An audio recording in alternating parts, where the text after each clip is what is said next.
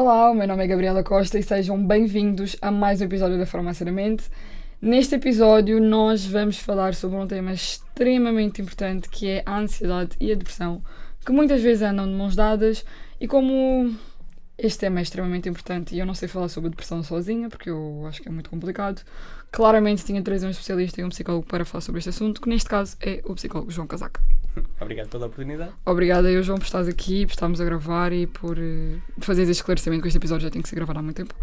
Portanto, hoje é o dia e fazendo uma apresentação no João, ele é psicólogo clínico e psicoterapeuta em formação, licenciado em Psicologia pelo ISCTE e mestre em Psicologia Clínica e Acompanhamento pela UAL.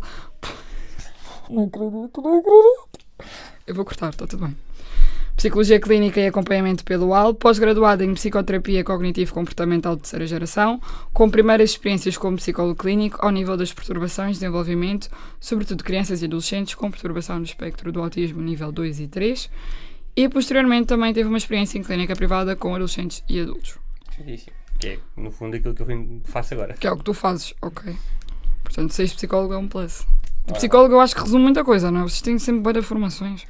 Será que e depois pós-mestrado e... Sim. Há muita coisa que é preciso para entender a mente humana, não é? Sim, e é uma área de formação contínua. Não paras de estudar. Sim, sem dúvida. Não paras, ok. Portanto, como tu não paras de estudar, tu és a pessoa perfeita para responder a estas questões complicadas, que são muito complicadas estas perguntas que eu tenho aqui hoje. Desafio. Fingi que tu nunca viste isto, mas tudo. A pergunta é: como é que a ansiedade e a depressão se relacionam e se é possível vivenciar as duas ao mesmo tempo?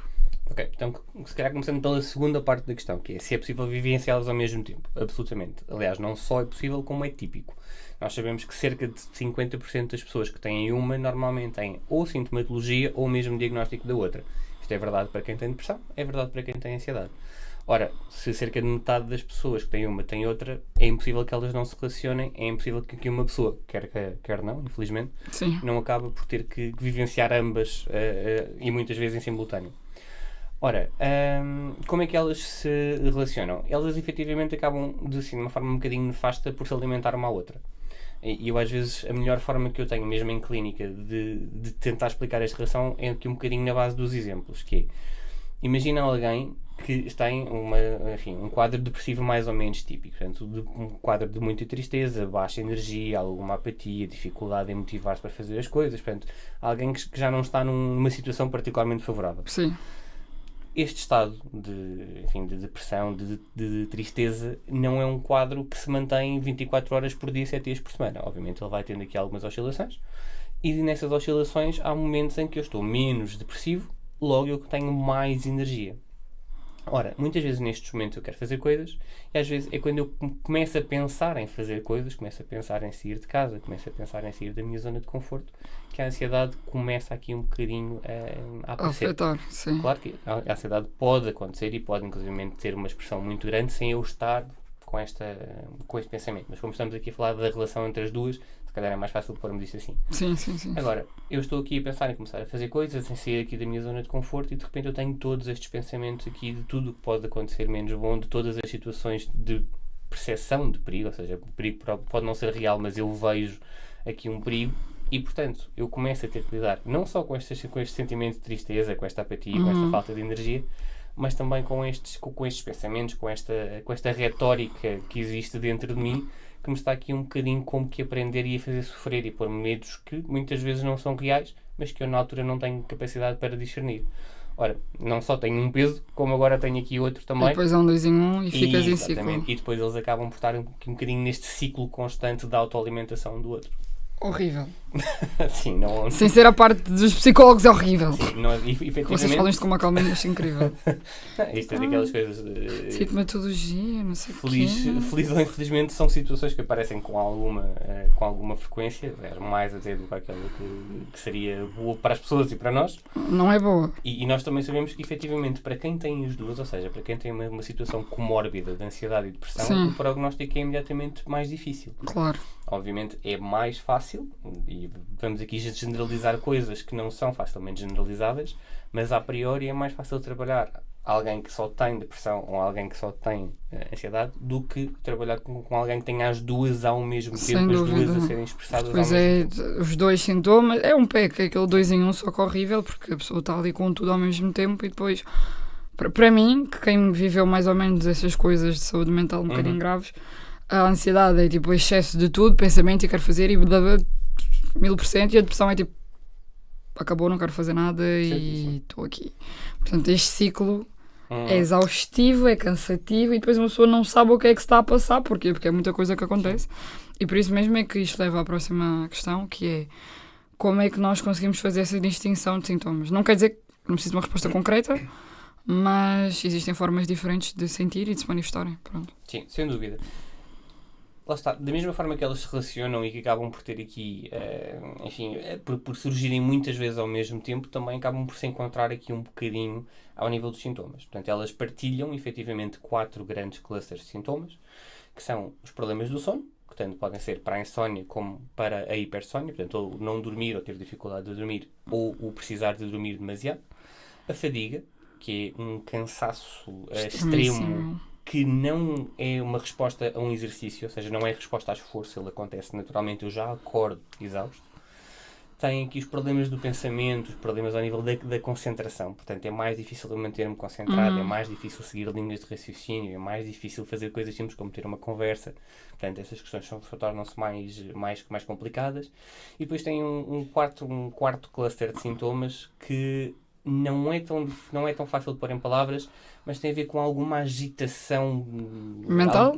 Sim, quase alguma irritação, um sentimento de, e agora usando aqui uma expressão em inglês porque não me vem nenhuma em português melhor, de being on edge, estar ali, aquele não vai esquisito, aquele esforço de quero fazer mas não consigo, um desconforto interno, pronto, que é efetivamente comum às duas. sem dúvida. E acho que é importante esclarecer isto a pessoas que dizem que a ansiedade e a depressão ou não percebem, ou dizem que mas está sempre a dormir, mas está sempre a fazer não sei o quê. A verdade é que viver, só viver a ansiedade e a depressão sem outras coisas é horrível e é exaustivo, é o que estavas a dizer, a fadiga.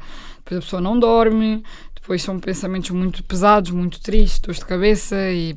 Sim, lá está, estes 4 sintomas é o geral, assim. podem estar presentes nas duas. Sim. São sintomas que, lá está, por serem comuns às duas situações, são típicos, são coisas que normalmente acontecem, normalmente são facilmente visíveis e facilmente diagnosticáveis na pessoa. Sim. E, efetivamente, são, mais uma vez, são um bocadinho fatores, ou neste caso, sintomas que se alimentam uns aos outros.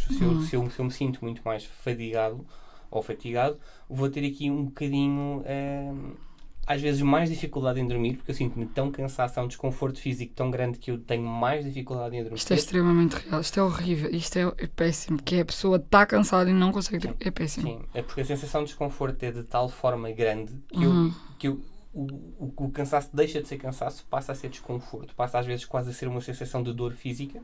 Sim. Que em vez de me ajudar a adormecer porque estou muito cansado, não, por isso simplesmente impede-me de adormecer porque eu não consigo ficar confortável. Exato, ou com dores nas costas, que acontece também por causa da ansiedade, principalmente. Depois, e nós sabemos, antes de ir aqui aos sintomas mais específicos, nós sabemos, por exemplo, que nas questões do sono, o sono é extremamente regulador para praticamente tudo, tanto ao nível da saúde física como ao nível da saúde mental. E, efetivamente, se eu tenho aqui uma situação comórbida de duas perturbações que ambas vão ter aqui uma influência negativa no meu sono, isto tem tudo para correr mal. Porque depois eu preciso de um equilíbrio que o sono me traz, Exato. mas eu não consigo chegar ao sono. E, portanto, é aqui quase uma espiral um bocadinho negativa, daí normalmente ser tão importante haver aqui um apoio qualquer, seja médico, seja psicológico. Sem dúvida, isto viver os dois é horrível e... Sim. Agora, relativamente a coisas mais específicas, a depressão tem aqui alguns sintomas que são mais típicos, que têm mais a ver com esta tristeza muito profunda e que se estende no tempo. Não acontece 24 horas, 7 dias por semana, portanto há momentos bons e há momentos de alguma felicidade no meio de uma situação. Sim, isto é importante porque que algumas pessoas me dizem, isto sendo muito empiricamente, é mas a pessoa com depressão conseguiu sair de casa hoje e está bem, mas porquê é que ela está mal? Porque claramente isto não acontece se fosse 24 horas, não sei onde é que as pessoas estariam hoje. Certíssimo. Ou seja, eu de manhã posso estar muito mal e à tarde posso fazer um grande esforço para estar fora de casa melhor e depois à noite posso não estar bem. Sim. É E por aí. muitas vezes há pessoas que, inclusivamente, quando efetivamente saem, quando têm, imagina, aqui situações sociais, vão à casa dos amigos, vão à praia, efetivamente sentem-se melhor. Ou seja, o eu conseguir fazer coisas, o eu conseguir mobilizar recursos para me obrigar a fazer coisas, traz-me aqui alguma sensação de bem-estar. Fantástico.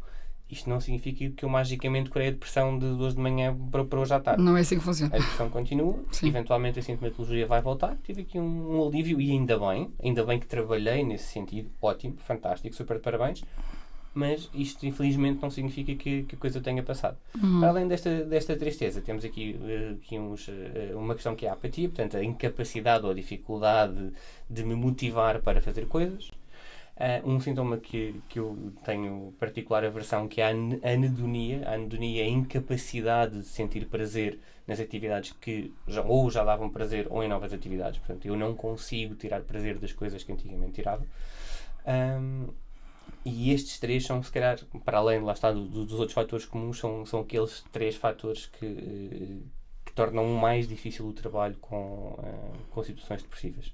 Já a ansiedade tem um espectro completamente diferente, tem mais a ver com uma preocupação exacerbada, excessiva, mais ou menos constante em várias áreas da minha vida. Portanto, não é numa área, não é só no trabalho, É tudo. é nas minhas relações pessoais, é nas minhas relações do trabalho, é com o trabalho em si, é com a casa. Portanto, são preocupações em várias áreas, extremamente exacerbadas. Portanto, são preocupações que ultrapassam o limiar daquilo que nós chamamos normal, passando aqui a expressão. E eu não consigo controlar estas preocupações. Portanto, elas, para além de muito exacerbadas, eu sinto que elas são incontroláveis. Portanto, eu não consigo simplesmente baixar o meu nível de preocupação. Muitas vezes, com esta sensação de preocupação, vem também alguma irritabilidade, ok? E muitas vezes, e é um sintoma muito, muito comum e muito desconfortável também, que é a tensão muscular. Portanto, eu estou constantemente a sentir este desconforto, estou constantemente em tensão muscular, Horrível. que muitas vezes Horrível. dá depois dores... pescoço, costas, Costas. ombros, sim. Inclusivamente lombar também. A lombar é aquele ponto-chave. Eu a cervical, a malta que está muito sim. tensa ou que fica muito tempo sentado ou no computador, também isto aqui vai piorando, é pá, horrível, sim. Certíssimo. E portanto, lá está, elas partilham realmente alguns sintomas, sim. Tipicamente, quem tem situações comórbidas vai buscar sintomatologia às duas sempre. Tanto as específicas e por norma, os sintomas partilhados estão lá quase sempre. Sim, sem dúvida. Estou aí. Quanto mais nós falamos, menos tu gostas do assunto. Não gosto. Não gostei. Horrível. É normal. Acho que é uma Não, mas eu queria ter a tua difícil. capacidade de estar aqui a falar isto. Claro, tu és psicóloga, óbvio. Obviamente. Eu não. Por isso é que eu não posso ser psicóloga. Percebes? Eu não ia conseguir. Acho crazy. E depois horrível, sabes? Eu disse horrível a cada 5 minutos. É horrível, a verdade é esta. Eu disse desde o primeiro episódio deste podcast que eu ia ser real. A realidade é horrível. Sim. Portanto, como é horrível, ou seja, não tenho que se obrigar a viver isto e tenho de ir ao psicólogo. Ou pedir ajuda a um amigo, ou falar com alguém que vocês tenham de confiança, ou o que seja, porque os sintomas são péssimos. Não gostamos da depressão nem da ansiedade. Não eu gostamos. acho que não é suposto gostarmos. Ainda bem, porque uma pessoa gostar é um bocado... Mas existe. deixa-me também fazer aqui se calhar uma parte que era importante termos feito ao início, que Sim. às vezes é importante distinguirmos só para que fique claro que estar triste não é estar deprimido, estar preocupado não é ter ansiedade. Ok? Sem dúvida. E ter ansiedade só por si é uma coisa perfeitamente normal. Tu tens ansiedade, eu tenho ansiedade, Nós as pessoas da precisamos associação disso têm para nos ansiedade. mexer, sim. Certíssimo. A ansiedade é uma coisa que é positiva, é funcional, ela tem um lugar na nossa vida, nós precisamos dela de forma evolutiva, senão não estávamos cá hoje enquanto espécie. Não fazemos nada, pronto. Não, e esta questão imagina, a ansiedade funciona muito com a percepção do perigo, ou seja, eu imagino que um estímulo qualquer é perigoso, logo fico de pé atrás. E esta noção de perigo foi muito importante a nível evolutivo. Senão, os nossos antepassados, cada vez que viam uma cobra, iam lá fazer cuchi-cuchi e depois a coisa não tinha corrido nada bem. Fazer E quem diz cobras, diz urso. Sim, ou a pessoa vai atravessar a estrada, não está atenta e pumba, não tem ansiedade, está ali. Certíssimo. Não, Pronto. Portanto, é essencial ter. Alguma ansiedade é essencial, inclusivamente. Ela é normal, adaptativa, é funcional e faz parte. Só se torna um problema quando eu deixo de a controlar e ela passa a controlar a minha vida. Portanto, ela deixa de ser funcional e passa a ser disfuncional. Ela retira-me funcionalidade. Isto é extremamente importante. E isso às vezes é uma questão que é importante. Muitas vezes as pessoas chegam ao consultório um bocadinho com este discurso de eu não quero sentir ansiedade. E às vezes uma das primeiras coisas a fazer é imediatamente trabalhar essa Explicar expectativa. que a pessoa isso precisa... não pode ser um objetivo. Exato. É tipo uma relação tóxica. No início começa bem Claro. e depois quando vai para os extremos é que temos que reduzir. Mas não quer dizer que temos que ficar 100% sem ser... Certíssimo. Não tem como. Nem é possível sequer. É muito isso. Às vezes é agarrar no objetivo de, ok, eu posso querer não sentir esta disfuncionalidade. Exato. Eu posso querer ser capaz de controlar, eu posso querer ser capaz de identificar o que é que estou a sentir, Sim. mas não querer sentir ansiedade nunca pode ser um objetivo. Não dá sequer. Pronto, faz não parte. funciona. Ela faz parte. E o Sim. mesmo para a tristeza. A tristeza também tem uma função, levando ali um bocadinho mais para a introspeção, um bocadinho mais para o nosso mundo determinado tipo, interno, para sim. pensar o que é que correu mal, o que é que pode ser diferente. Portanto, também tem aqui, obviamente, uma função. Ninguém gosta de estar triste, atenção. Sim. Mas efetivamente é normal, faz parte. São Todos as nós emoções reagimos da com vida. tristeza, Sim. todos nós vamos ter dias menos bons, todos nós vamos ter situações em que a resposta Uhum. natural e normal é tristeza. Isso não significa que eu esteja necessariamente com uma depressão. Sem dúvida. A depressão existe sim, mas é quando esta tristeza é extrema e é prolongada no tempo. Ou seja, por norma estamos aqui a falar de períodos de mais de 6 meses. É o timing. Certíssimo. Um semestre. É muito Sim, uma boa forma de pôr a coisa. um semestre. Mas isso que tu estás a dizer é extremamente importante, que é esclarecer o que para muitas pessoas é óbvio, para outras não é, porque isto não é uma coisa muito falada, pronto, as pessoas Certíssimo. não acordam e vão procurar sobre a ansiedade e depressão todos os dias, não é assim o jornal da manhã, devia ser, para as pessoas perceberem, mas pronto, é importante fazer esclarecimento. Existem também as causas, ou seja, as pessoas perguntam muito porquê é que eu estou com ansiedade ou porquê é que eu tenho depressão, e eu sei que a resposta que a maioria das pessoas me dá é cada caso é um caso. Eu sei que sim, mas existem causas gerais, certo? Sim. Nós sabemos que existem alguns fatores que estão associados ao aparecimento de... Na verdade, nós não sabemos ainda as causas diretas. Por exemplo, nós durante muito, muito tempo achámos, e de forma geral ainda se diz muito, que a depressão era necessariamente causada por um desequilíbrio a nível dos neurotransmissores no cérebro. Portanto, imagina aqui um desequilíbrio ao nível da serotonina, da dopamina, da oxitocina, etc. Das hormonas todas importantes. Exatamente. Desculpa, eu preciso só dizer que eu tenho um episódio sobre isto que eu fiz uma pesquisa gigante sobre isto lá na primeira temporada. Vou deixar o link aqui em baixo para vocês. Desculpa, não, tranquilo. Mas efetivamente, nós durante muito tempo achámos isto e ficávamos um bocadinho por aí, ou seja, era um bocadinho, é isto, e sabíamos que havia aqui alguma correlação, porque nós quando íamos ver estes neurotransmissores, estas hormonas, em pessoas com depressão, portanto, pessoas que já tinham o diagnóstico, isto batia mais ou menos certo. Hoje alguns estudos começam a apontar para outro tipo de causas e que estes equilíbrios não significam necessariamente, enfim, uma não depende necessariamente da outra. Sim. Agora, causas que nós efetivamente conhecemos e que vemos muitas vezes, enfim, de forma mais ou menos comum nas pessoas. Mais uma vez, há causas que são idênticas às duas. Claro. Nesta fase já não é estranhar, elas acabam por se tocar em muitos pontos e as causas não é diferente. Sabemos que situações traumáticas, eventos particularmente negativos na vida das pessoas, o isolamento social, muitas vezes podem ser aqui questões que estão muito relacionadas a uma e a outra. Depois, obviamente há outras, e há muitos fatores de risco para uma e para outra, por exemplo, o uso de estupefacientes, o consumo de álcool, drogas pesadas, leves, etc., pode eventualmente até despoltar situações que não seriam despoltadas sem esses consumos. Nós às vezes sabemos que há situações de perturbação da ansiedade ou de perturbação do humor que acabam por ser despoletadas pelo uso de estupefacientes que não seriam despoltadas sem esse consumo. Sem essa sensação, sim. Agora, depois eu acho que tu tocaste aí num ponto muito, muito bom, que é efetivamente aquela noção de cada caso é um caso. É claro que sim. É as pessoas muito são diferentes, não é? dizer, imagina, há situações da minha vida que se calhar me podem causar uma depressão que podem não causar a ti. E depois isto depende de uma série de fatores de risco e de fatores de proteção. Depois há a parte genética também, não é? Claro, lá está um fator de risco. Portanto, nós sabemos que se existe um historial de perturbação mental na família, é muito provável, é mais provável que esta pessoa possa desenvolver uma perturbação de ansiedade, uma perturbação do humor, o que for. Exato, claro que sim. E além disto tudo ser extremamente importante, pronto, esclarecer as coisas, os sintomas, as causas. De qualquer das maneiras, acho que as pessoas têm que identificar para perceber o que sentem, não é? Porque se nós não sabemos o que estamos a sentir, é tudo muito confuso. E quando conseguimos perceber, olha, hoje estou-me a sentir um bocado mais assim porque tenho isto, aquilo, torna-se muito mais fácil. No entanto, quando sentimos a ansiedade e a depressão ao extremo, sem ser o típico normal, não é? Pronto, sem ser a tristeza e sem ser aquela ansiedade básica do dia a dia, algumas pessoas, posso afirmar, acho eu, que atingem um limite da saúde mental assim gravíssimo, que é perdem noção dos dias, já não sabem o que é que estão a fazer, já não conseguem dormir, não conseguem. Acho que a sensação que eu tive quando estava um bocado pior era só estás a viver. Parece aqueles hamsters a correr nas rodinhas, porque já, não sei se é segunda, não sei se é terça, não sei o que é que aconteceu ontem. É uma espécie de piloto automático. Já não sei o que é que estou a fazer, é tudo muito automático, é horrível. E queria saber qual é que seria o teu conselho para as pessoas que neste exato momento estão a passar por essa condição. Ok, eu acho que é importante, antes de responder exatamente, fazer aqui a ressalva de vai depender daquilo daquele que é o limite da saúde mental de cada um. Claro. Porque imagina, o teu limite pode ser estás numa situação que é disfuncional, que é muito diferente do teu dia-a-dia funcional, mas em que não estás em perigo iminente, e para outra pessoa pode ser estar numa situação de perigo iminente. E eu acho que aí as respostas têm que ser um bocadinho diferentes. Ok.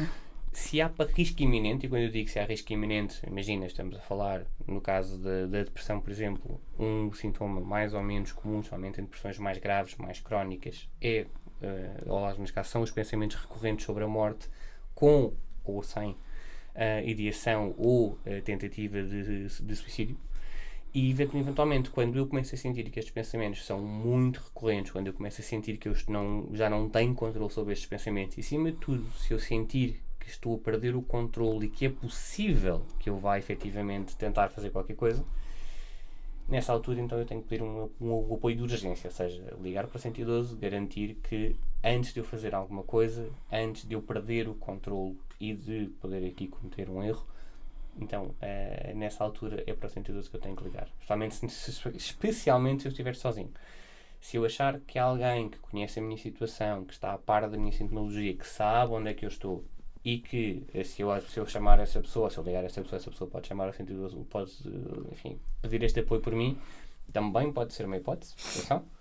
Pode eventualmente ser aqui uma situação, mas se há perigo iminente, se a minha vida está em perigo, tenho que sempre ligar para o 112. Ok, que é casos mais graves mesmo. Sim, esta é quando se eu sinto que estou em risco, ou se eu sinto que alguém que eu conheço está em risco iminente, então eu tenho que ligar para o 112. Linhas de apoio. As linhas de apoio são ótimas, atenção, fazem um papel importantíssimo, muitas vezes na ajuda, na prevenção, e às vezes até no encaminhamento para a 112, mas se há perigo iminente, então não há ninguém melhor do que o 112. Ok, sim. Ponto. Sim.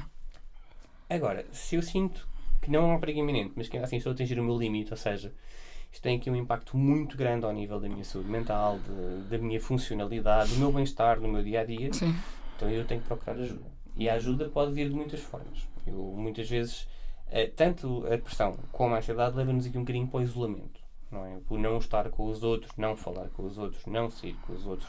Viver aquilo sozinho. Sim. Exatamente. Sentir que sou um fardo para os outros. Portanto, eu não contribuo com nada de bom para as pessoas que estão à minha volta. Aliás, muitas vezes as pessoas até acham que são um peso. Portanto, sentem-se aqui e não são. quase como um foco de negatividade. Exato. Que traz as próprias pessoas à volta para baixo. E às vezes, se calhar, uma das coisas mais importantes nisto é exatamente tentar não fazer isto sozinho. É falar com alguém em quem eu sei que, enfim, alguém em quem eu confio, alguém com quem eu me sinta seguro para poder, enfim, abordar estas coisas e, eventualmente, dependendo aqui um bocadinho da situação, procurar ou apoio psicológico ou apoio farmacológico, aqui ao nível da psiquiatria, ou ambos. Sim, se a pessoa precisar, tem mesmo que... E nós sabemos até que para situações comórbidas, ou seja, para situações em que as duas perturbações acontecem ao mesmo tempo e que estão ali em funcionamento ao mesmo tempo, efetivamente aquilo que nos dá os melhores outcomes, aquilo que nos dá os melhores resultados terapêuticos é a combinação do apoio, exatamente, do apoio farmacológico com o apoio psicológico. Sem dúvida. Até porque às vezes a pessoa está tão lá em baixo, no fundo do poço, que a psicologia primeiro que a consiga puxar é muito difícil. E às vezes é mesmo preciso... Não quer dizer que a psicologia não funcione, que não é essa, mas vai funcionar ao longo do tempo. E às vezes nós temos que tirar a pessoa do fundo do ponto mais rápido. Sim. Sem contar que existem as alterações neurológicas mesmo. Certíssimo. E às vezes as pessoas não percebem isso. Não é só o sentimento. Ou seja, existem As hormonas, estavas a dizer que ficam completamente reguladas e pessoas que precisam de medicação para regular isso. Sim. Medicação ou outras coisas também. Eu estive há muito pouco tempo em conversa com uma psiquiatra que me disse uma coisa que é, no fundo, a ideia da medicação é voltar a ensinar ao cérebro, é reensinar o cérebro, reeducar o cérebro a como é que como ele devia funcionar. Ok. Portanto, no fundo, é um bocadinho reeducar o cérebro. Olha, isto é o normal, agora vai-te habituando a isto. Nós depois poderemos tirar a medicação e tu já estás habituado. Exato. Mas com acompanhamento, por favor. Sim, sempre com acompanhamento. Portanto, evitar aqui a automedicação, até porque a medicação psiquiátrica é uma questão séria, é uma questão que tem efeitos secundários complicados, pode ter efeitos secundários complicados e, acima de tudo, às vezes, se eu não for acompanhado, eu não vou fazer, imagino eu, os ajustes necessários até a dosagem estar correta. Sem dúvida. E às vezes há pessoas que fazem isto durante 1 ano, 2 anos, 3 anos, às vezes meia vida, e nunca tomaram ou a medicação certa ou a dosagem certa e, portanto, tiveram aqui em sofrimento uma vida inteira com a ideia de que a medicação não funciona, quando na verdade o que há aqui é um desajuste, aliás, entre aquilo que eu preciso e aquilo que estou efetivamente a tomar. Sem dúvida, João, isto é extremamente importante. Este episódio está brutal. Eu ia dizer isto no fim, mas eu tenho que dizer já. Sabes, a ansiedade vem e diz assim, olha, fala agora. É agora. Está muito bom e, portanto, vamos para a última pergunta que nunca falha em nenhum episódio deste podcast, que é: que conselho é que tu dirias para alguém que tem ansiedade? Assim, eu acho que acabou por fazer um bocadinho isso na pergunta anterior, mas acima de tudo não tem que passar por isto sozinho. A ansiedade é uma coisa que é incapacitante, é uma coisa que pode ser incapacitante, muitas vezes ainda bem que não é, mas cria sempre alguma disfuncionalidade e é muito mais difícil de gerir se eu me sentir sozinho, e às vezes é particularmente fácil eu ficar com esta sensação de que sou a única pessoa do mundo que sente isto. Não efetivamente não. Todos nós sentimos ansiedade, todos nós temos dias em que a ansiedade é mais difícil de gerir. Com situações até, pronto, a malta passa por perdas, lutos, traumas, acaba por ser sempre complicado. Exatamente, a ansiedade funciona muito por gatilhos, não é? Portanto, todos nós temos os nossos, faz parte, não há ninguém que não tenha. Exato. E portanto, às vezes, só o falar sobre isso com alguém, o poder sentir que não sou a única pessoa do mundo que sente isto, o poder sentir que não estou sozinho nesta luta diária. A pessoa não precisa passar por isso desta maneira tão dura, tão complicada. Assim. E se daí depois vier outra coisa, se daí vier apoio, se daí vier alguma pressão para ir procurar outro tipo de ajuda, tanto melhor. Sim. Tanto melhor. Mas às vezes o eu sentir que não estou sozinho é meio caminho andado para conseguir aqui alguns resultados. Ter uma rede de apoio já é certíssimo. Grande caminho. Obrigada, João. Este episódio está magnífico. O próximo episódio também vai ser um tema extremamente importante. O João veio aqui mesmo partir com este podcast todo, que é sobre ataques de pânico. Ataques de pânico. Confere. Esse aí é mais fácil para falar. Esse aí já estou, olha. Estou forte. Fiz muita terapia para falar sobre isso. Ora bem. Estou preparada. Estamos prontos. Mas é um tema complicado, é um tema, sendo uma pessoa normal a falar isto, não está sério. É muito complicado para quem já teve ataques de pânico ou quem não teve, quer dizer, quem teve e não sabe como é. O próximo episódio é extremamente importante para vocês aprenderem a lidar com isso, perceberem os sintomas, saberem o que é o que não é e também como ajudar outras pessoas que passem por esta situação. Portanto, fiquem atentos. Para a semana temos este episódio. Obrigada, João, mais uma vez. Obrigado. O João tem um site, portanto eu vou deixar aqui no link da descrição caso vocês queiram ver. O que é que tens no teu site? Tenho as informações do quem é que eu sou, o meu currículo, que tipo de consultas é que eu faço e também o formulário de contacto e um mapa onde dou as consultas presenciais. Okay. As online não vale a pena ter mapa porque posso estar em muitos sítios. Portanto, se alguém quiser ver e se alguém quiser... Se alguém precisar de um psicólogo. Autopromoção ao mais alto nível. Não, isto aqui é o Tinder dos psicólogos, estás a ver? Eu apresento e digo, malta, se quiserem, o link está cá em mais. O Tinder dos psicólogos é muito bom. É muito bom, não é? Assim, muito. Tiveste muito bom. Eu não posso rir destas coisas, mas sério. Enfim, muito obrigada. Vejam o site do João e sigam @farmaciamento para mais informação e conteúdo exclusivo. E até ao próximo episódio.